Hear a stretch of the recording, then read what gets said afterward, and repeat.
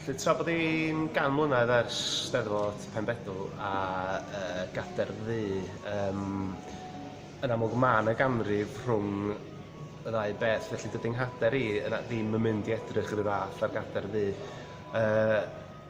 Ond yn amlwg mae yna ffyrdd dwi wedi trio cydnabod y gader yn y cynllun o ran y lliw inc ddu ar y gwaelod, nad oes dydy'r gader ddu ddim yn ddu go iawn.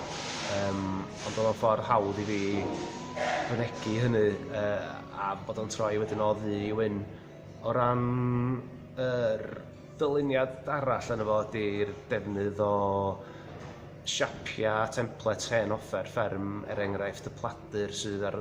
Mae yna ddwy goes ôl ar siap templates pladur a'r rhofia mawn sydd ar y gwaelod yn pwyntio i'r isfyd. Felly.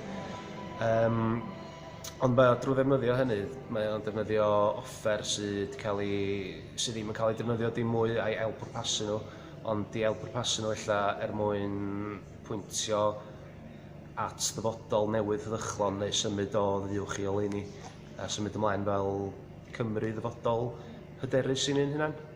Mae'r coch lawr y canol, stribed y ledar ydy'r coch lawr y canol.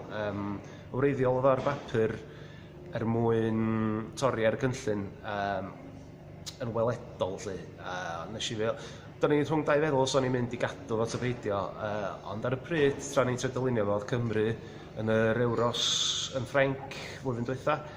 Ac os o'n i yn dod nôl at y syniad yma hyder a cenedl hyderus, do'n ni'n gallu meddwl am ddim byd oedd yn cyfleu hynny fwy ddigwyr na be ddigwyddodd yn Ffrainc ha diwetha, a felly a ddim jyst o ran ffwtbol, so wedi bod yn unrhyw beth o'r seis yna ac o ran yr ysbryd positif yna, fyswn ni dal di gadw fo mewn am y reswm yna, so dyna pam bod y coch yna.